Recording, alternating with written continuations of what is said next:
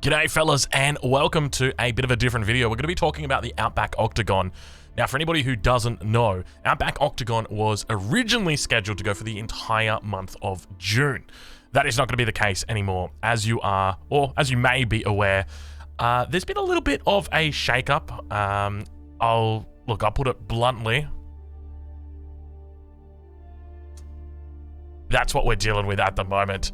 So that is going to be due to come in the next couple of days. So I'm incredibly excited. It's going to be a life-changing moment for me. And it's also going to mean probably a little bit less content on the channel for the next couple of months. So apologies in advance. Let's talk about the Outback Octagon. So it was due to happen this week. Not going to be the case. It's going to be moved to the next week. So right now, if we take a look at our calendar, you can see that the Outback Octagon should have been on the 29th and the 30th. But it's going to be pushed to the 6th and the 7th. But we're going to talk a little bit about the Outback Octagon as well. So if you haven't caught up with all those videos, I encourage you, if you don't want to get spoiled, probably turn the video off now, because that's pretty much where we're up to, or that's all the news you need to know right now. But this is just basically going to be a recap of where we're up to and what's going to be going on in the finals, because it can get a little bit confusing if you're not familiar with the scoring and the way that it works. So let's get into it. Your spoiler has been well and truly alerted at this point. This is the final 16. It has fortunately or unfortunately just fallen short of some people that were tipped to be favorites. Core, one of those players in particular, was destined to be the future FFA champion. Unfortunately, not going to be the case today. No FFA champion for him. So these are our final 16 players, and with these players, we're able to then begin sorting them into groups. So what we're going to do is we're going to be taking out odds and evens, essentially, just mixing it. So I'll show you guys what that looks like. So you can see right now we've got the first group here, second group down on this south side here. Now this is just tentative. Lord Petito, who's our tournament admin, he's the guy behind all of this, and he'll be making sure that all the groups are fair and whatnot. So how does it work? Excuse me. Sorry, had to clear my throat. So how does it work? So everybody's going to be keeping their points from the initial 4 weeks. As you guys are familiar with, there was 4 weeks of Outback Octagon nonsense going on. You can see all the scores have been meticulously kept over here. And then they've been stacked up at the end. So everybody keeps their points for now. Okay, and then we go into a 5th and not a final stage, but a semi-final. And then from there, points will be obtained or will be divvied out depending on the winners, the losers. There's going to be a whole bunch of new rules that are brought in. So as an example, we're bringing in bloodbath scoring, which means that kills are actually going to be worth double the amount of points as what they were before. So there were 3 points before.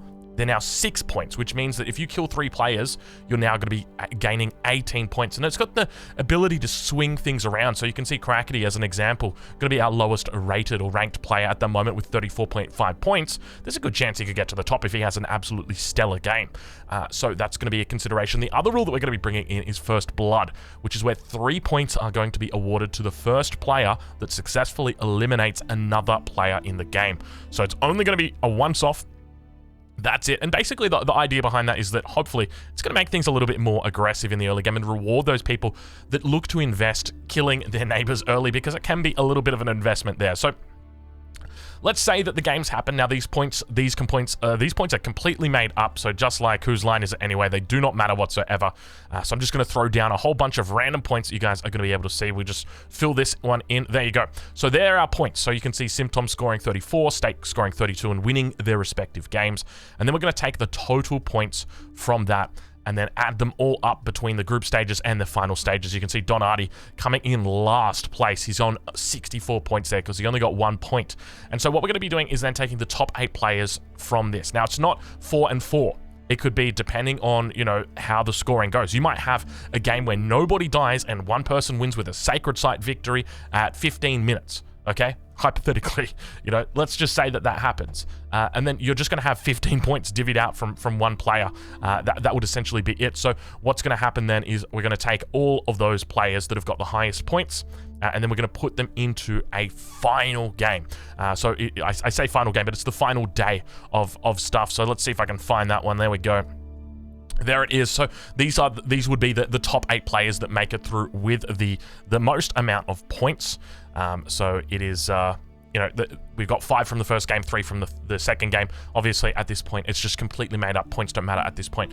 But now we've entered into the grand finals. Congratulations, you guys have made it. Points now reset at this point because we're at grand finals. That's it, new, fresh slate. So everybody, all of a sudden, has got no more points. Don Artie, he was a king up here on 63 points. Well, guess what? He's down to 0 now.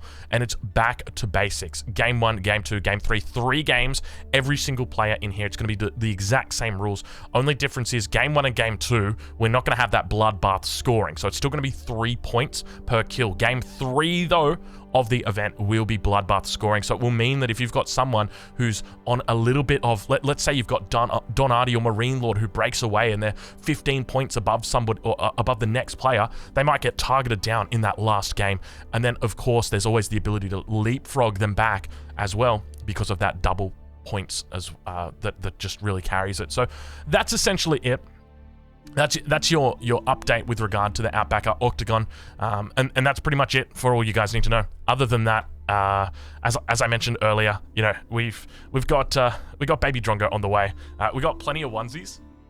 Let me show you those ones so you can see there. Oh man, I'm so happy with how the logo came out. I photoshopped that one. I'm like, hey, it actually looks pretty good. I'm pretty happy with that. So yeah, he's going to be due on Wednesday this week. Sorry, not Wednesday, Thursday this week. So originally the plan was I was going to cast on Wednesday, and then on Thursday the baby was going to get delivered, and then I would have to cast on Thursday night.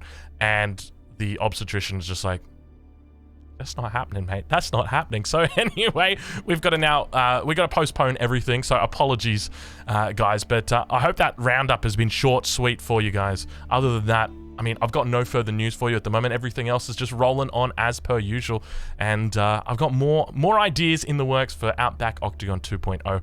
We'll see if we can get some interesting thoughts out there. But other than that, that's pretty much it. I'll catch you guys in the next one.